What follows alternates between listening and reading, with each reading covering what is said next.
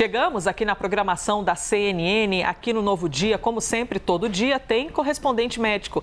Você pode sempre participar, viu? Usando a hashtag correspondente médico.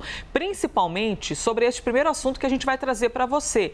Que primeiro eu vou cumprimentar o doutor e depois eu lhes digo qual é o assunto. Doutor, bem-vindo como sempre. Muito obrigado, Elisa. Vamos trabalhar? Para já, doutor Fernando Gomes, nós já estamos aqui há tanto tempo falando de vacina, ao menos a vacinação prática, não é? Que começou em janeiro, dia 17 de janeiro, aqui no Brasil. Só que desde então algumas dúvidas ainda existem, principalmente quando chegam novidades. E é o que a gente vai falar agora para vocês, sobre dose de reforço.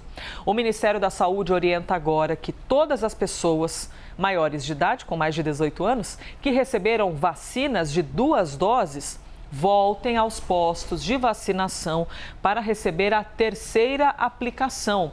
Essa terceira dose deve ser aplicada 5 meses depois da segunda. Então, você que tomou sua segunda dose, pode fazer aquela continha básica de 5 meses após a segunda aplicação para saber quando você tem de voltar. E tem novidade também para quem tomou a vacina da Janssen, aquela de dose única, que era, na verdade, considerada de dose única. Todos os vacinados com esse imunizante devem tomar uma segunda dose 2 meses depois da primeira aplicação. Aí a pessoa também espera mais 5 meses e volta ao posto de vacinação para tomar a terceira dose. Você entendeu? Se de repente ficou alguma dúvida, a gente repete tudo aqui, não é, doutor? Porque a gente está falando de 5 meses para quem tomou a segunda dose, só que aí na Janssen volta depois de um tempo. São novas determinações para reforçar a nossa proteção, doutor? Exato. A gente percebe o seguinte, Elisa, o tempo está passando e os números são favoráveis. Parece que estamos numa situação de muito mais controle do que meses atrás. E não tem como não atribuir isso ao processo de vacinação eficiente. Nós sabemos que os dados preliminares dos primeiros trabalhos com as vacinas aplicadas, na verdade, tinham um contexto organizado. E quando a gente tem aplicação no mundo real, nós sabemos também que não existe esse carregamento eterno do processo de imunização após aplicada a vacina. Então, o contexto natural é você reforçar o sistema imunológico da população. Como? De uma forma organizada. Por isso que, na verdade, existe um protocolo e uma forma de se pensar e raciocinar. Eu, como profissional da área da saúde, tomei 2 doses de Coronavac e uma terceira dose da Pfizer. Foi assim que aconteceu. E veja, vamos prestar atenção, essa vacina você só toma onde? No Sistema Único de Saúde. Por isso que existe um pensamento estratégico e hoje em dia, quando a gente vê os números, a gente consegue entender que o trabalho está acontecendo de uma forma eficiente. Quem pode tomar? Adultos entre 18 e 59 anos, intervalo de 5 meses após a segunda dose.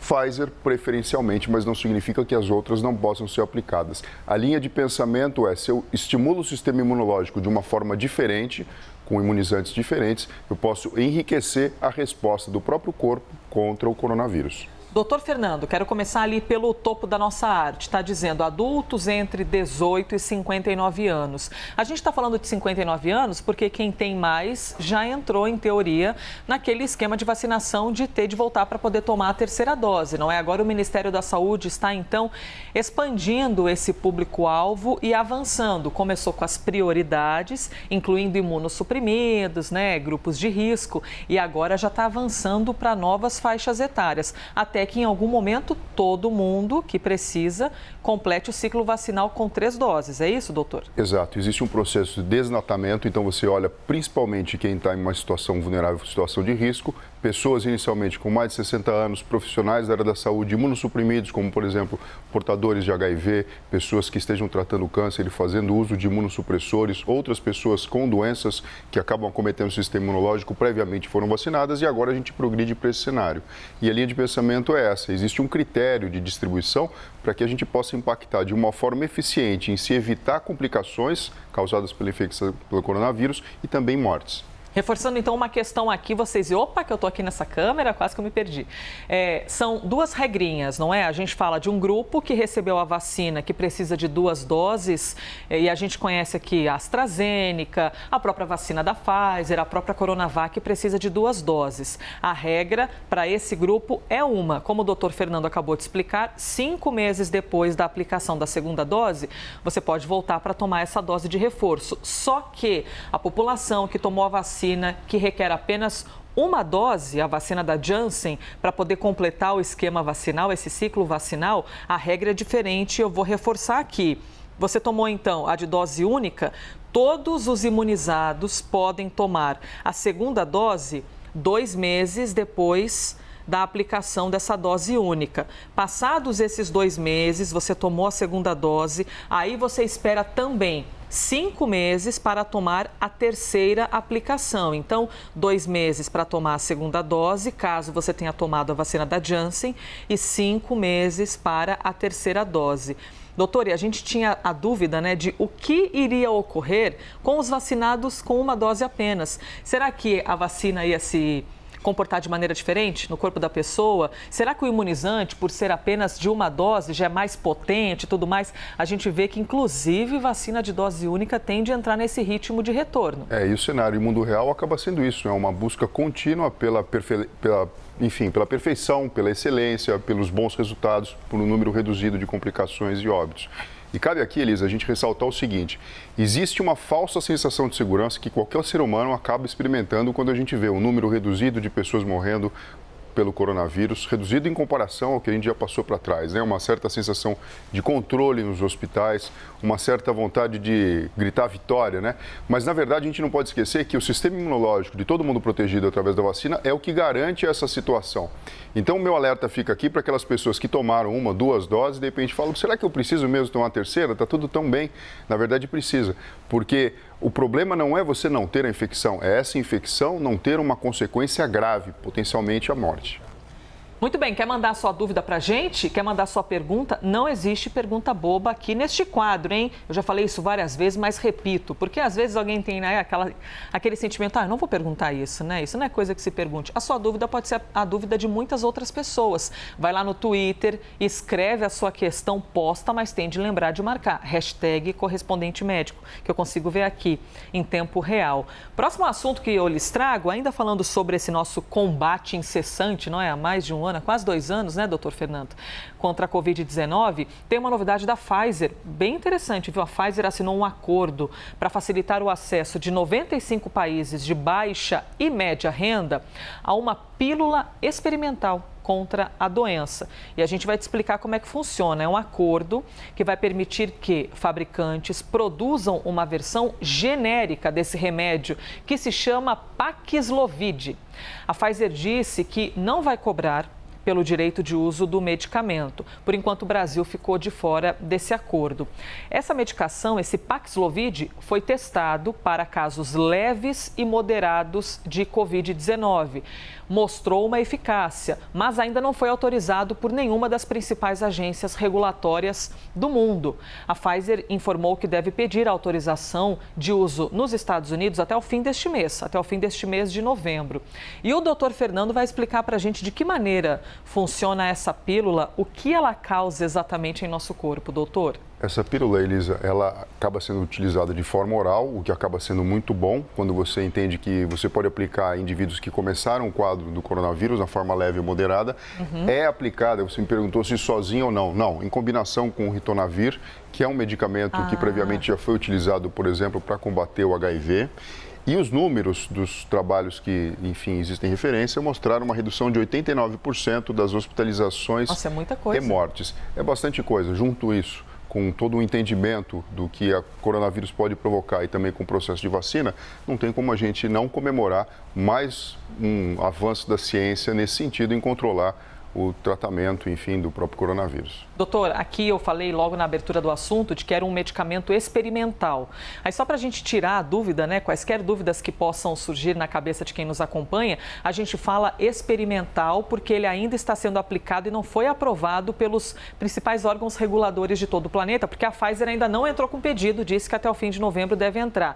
Mas houve um estudo e o senhor já nos explicou direitinho aqui, com redução de 89% em hospitalizações e mortes. especificamente para casos leves e moderados. É isso, doutor? Exato. O estudo já descobriu essa eficácia. Comparando a utilização do medicamento e placebo, mostrando que existe um impacto. Agora é lógico, né? Nós precisamos de mais números, de uma aplicação em larga escala, para a gente conseguir entender como, na verdade, esse medicamento acaba processando efeitos colaterais e outras coisas que vão surgir quando a gente olhar num panorama muito maior. Doutor, e quando a gente fala de 95 países, que são países humildes, não é? Você pega ali a população que às vezes não tem acesso a questões básicas, sanitárias, por exemplo, que às vezes não tem nem água potável. A gente está falando de países pobres, não é? De países humildes. Esse acesso, essa possibilidade de haver essa ferramenta para poder tratar a Covid-19. E a gente sabe que, infelizmente, em todo o planeta, você não tem o mundo inteiro vacinando. Muitos países estão lá atrás nessa corrida vacinal, enquanto aqui no Brasil a gente está no planejamento de aplicação de terceira dose, há países que não conseguiram nem vacinar com uma dose a sua população. Qual a importância, então, doutor, de ter essa possibilidade de uma medicação para salvar a vida das pessoas? Muitas vezes, Elisa, você consegue acelerar o processo de tratamento utilizando um medicamento como esse, que nós, obviamente, gostaríamos de ter isso desde o começo da própria pandemia, mas, obviamente, sem o conhecimento da própria característica biológica do vírus, era impossível ter isso. Mas, nesse momento, praticamente 2 anos depois, a gente consegue, na verdade, celebrar, na verdade, mais um medicamento e mais uma peça, na verdade, para combater a pandemia. Muito bem. Tem dúvida? Manda pra gente. #correspondente médico. Eu vou trazer mais um assunto e, na sequência, eu começo a fazer aqui algumas perguntas para o doutor das questões que tenham chegado pelo Twitter. O litoral de São Paulo registrou 2 casos de ataque de tubarão. Somente neste mês, no mês de novembro. O último caso foi na cidade de Ilha Comprida, no litoral sul, aqui do estado de São Paulo. A vítima foi um garoto de 11 anos e, segundo especialistas, ataques de tubarão são raros. Mas a chance de um caso como esse acontecer cresce durante o verão, por causa do aumento do número de banhistas no mar. Doutor Fernando Gomes, possibilidade de ataques de tubarão. Nessas horas é mais do que necessário o tal do primeiro atendimento, não é? Ali na beira da praia, ver o que já pode ser feito com uma pessoa e sempre torcer, evidentemente, que o ataque tenha causado um problema pequeno, né? Porque, infelizmente, a gente fala de um tubarão, não se sabe o tamanho desse tubarão, se pode ter sido grande, se pode ter sido filhote, mas que uma mordida, pequena que seja, pode causar um problema para o ser humano. Sim, é importante a gente falar sobre isso, porque nem sempre você vai ter um salva-vidas ou uma pessoa ali de imediato para prestar o socorro, né? A primeira orientação é, quando existir uma vítima, rapidamente as pessoas se organizarem para uma pedir socorro, enquanto a outra presta aquele atendimento inicial. O que fazer?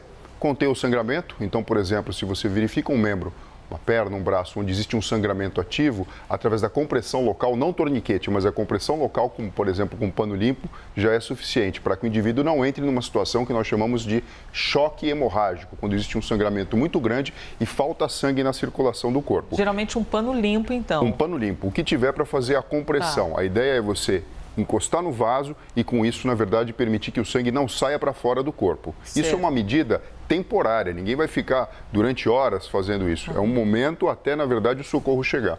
Lavar com água e sabão. Então, muitas vezes as pessoas perguntam, o que eu vou utilizar? Posso jogar álcool? Não é melhor? Porque o álcool vai acabar matando os micro-organismos? Não. Lavar com água e sabão, com água, se for o caso. E levar para o hospital, obviamente, para fazer uma avaliação mais pormenorizada, se for necessário suturar, fazer uma limpeza, para então estabelecer ou não a introdução de um antibiótico e muitas vezes até mesmo a necessidade de uma internação. O que não fazer? Assoprar. Né? Existe aquele mito popular de assopra que melhora a dor. Mãe faz muito isso com criança, Sim. né? Qual que é o problema? Quando Quase você... um ato de carinho, né? Mas olha só, vamos falar aqui da própria pandemia. Quando você assopra, você coloca para fora gotículas da boca e, na verdade, você pode levar micro-organismos para dentro dessa ferida aberta. Então, na verdade, não vai adiantar nada em relação a se evitar um sofrimento ou a dor e você pode até complicar mais para frente. E usar álcool ou pomadas também não tem sentido. Então, a ideia é fazer uma limpeza local básica com água e sabão no máximo, se não tiver sabão, com água, e fazer a compressão onde houver sangramento ativo. Se não houver, a preocupação maior tem que ser chamar socorro imediato para poder a vítima ser levada para um hospital e ser atendida de uma forma integral. Doutor, até deixando bastante claro que aqui a gente está falando de pequenos ferimentos, não é? Não está falando de alguém que de repente tem até já sofrido ali, perdido algum membro, porque um ataque de tubarão pode causar um problema muito maior. Nesses casos mais severos, a gente também consegue adotar esse tipo de medida, porque ali às vezes é difícil, né, para conseguir fazer algo, até entendendo, será que eu não estou machucando a pessoa? Será que eu estou conseguindo fazer um bem? Isso aqui a gente pode aplicar em casos médios a leves, ou não, dependendo do grau. A minha orientação inicial, que é de se organizar, porque sempre que existe uma situação colorida como essa, colorida eu digo, porque a gente só imagina ataque do tubarão em filme de Hollywood, coisa desse tipo. Nem imagina que pode acontecer com a gente, mas né? pode acontecer. Então, pelo menos quem está ali envolvido no processo, ter o sangue frio de entender que alguém precisa se mobilizar para pedir ajuda. Não é incomum, muitas vezes, quando a gente vê uma situação de pânico, nem sempre precisa ser um ataque tubarão, uma parada cardíaca que precisa de uma reanimação, o pessoal fica tão envolvido em tentar ajudar que esquece de fazer o básico, que é chamar, obviamente, um socorro avançado para que esse indivíduo seja levado para o hospital. E, em linhas gerais, é isso, não tem nada que seja feito em termos de passar. É ficar atento com a compressão de um sangramento ativo para que a vítima não perca muito sangue durante aquele período até o socorro chegar e fazer uma limpeza local grosseira. Porque, na verdade, depois, quando chegar no hospital, sobre toda a guarda médica e um olhar já diferenciado, isso vai acontecer de uma forma muito pormenorizada. Então é uma preocupação maior de não fazer coisa errada e principalmente de não deixar de chamar socorro adequado. Doutor, quando o senhor diz conter o sangramento, é pegar um pano e colocar em cima mesmo do machucado ou tem de amarrar para estancar de alguma maneira? Não, se você tem um corte, por exemplo, no braço e através desse corte você percebe que tem uma perda muito grande de sangue, é um sangramento que não para, com um pano local dobrado, limpo, colocando sobre o local e fazendo pressão até que o socorro chegue, você já está fazendo, então, um processo chamado auxiliar à hemostasia, que é estancar o sangramento para que o indivíduo não perca muito volume e entre numa situação de risco, Elisa. Perguntas que estão chegando aqui, ó, muito além desse nosso assunto sobre o tubarão, a gente também está recebendo outras questões aqui, doutor Fernando Gomes, sobre Covid-19. Eu já vou entrar, tá bom, aqui nessas perguntas, porque eu sei que depois a gente começa a fazer as questões e às vezes resta pouco tempo. Doutor Fernando, tem muitas perguntas a respeito da vacina da Janssen e da aplicação da vacina da Janssen. Então, acho que é interessante a gente reforçar aqui as regras sobre vacinação. Por exemplo, o Valdir está perguntando aqui, quem tomou a vacina da Janssen na segunda dose deve ser a mesma marca ou pode ser de outro laboratório? Tá aí uma pergunta interessante, hein? Que o próprio Ministério da Saúde faz essas determinações a respeito de quais vacinas podem ser usadas ou não. Por enquanto, o que a gente tem de informação até exibida no telão, não é, doutor? Que a terceira dose tem de ser preferencialmente com a vacina da Pfizer, como o senhor já nos explicou aqui. É a determinação do Ministério da Saúde. Exato. Quem tomou da Janssen vai tomar depois a segunda dose da Janssen e uma terceira dose preferencialmente da Pfizer. Explicado então para vocês, hein? A pergunta aqui do Valdir. Cadê?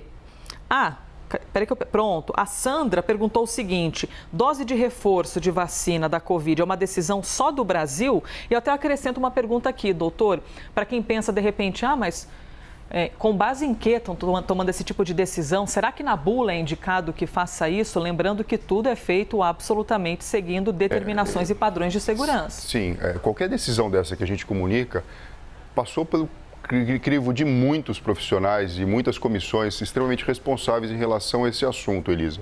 O que é que a gente sabe?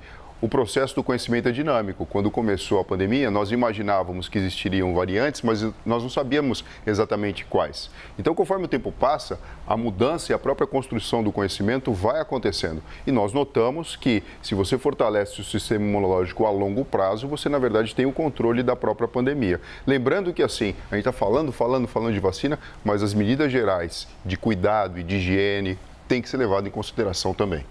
Nilma também perguntou aqui, quem tomou a primeira dose AstraZeneca e a segunda da Pfizer, toma qual na terceira? Reforçando o que o doutor já falou. Sim. Terceira dose, segundo o Ministério da Saúde, é preferencialmente sempre com a vacina da Pfizer. Até que digam o contrário, não é, doutor? E a gente vem aqui compartilhar de novo. Mas de uma forma bem simples, tá? A linha de pensamento é a seguinte: se eu estimulo o sistema imunológico de forma diferente, então cada imunizante acaba fazendo isso, batendo de um jeito diferente, com o mesmo propósito, eu enriqueço a minha resposta imunológica. A linha de pensamento biológica é essa, Elisa. Participe sempre, a gente adora ter as suas perguntas, as suas participações pela hashtag Correspondente Médico. E doutor, obrigada por responder também tudo que chega. As perguntas que eu lhe faço e também as que chegam pela rede social. Obrigado você, viu, Elisa? Pessoal, se cuidem e até breve. Este foi mais um Correspondente Médico.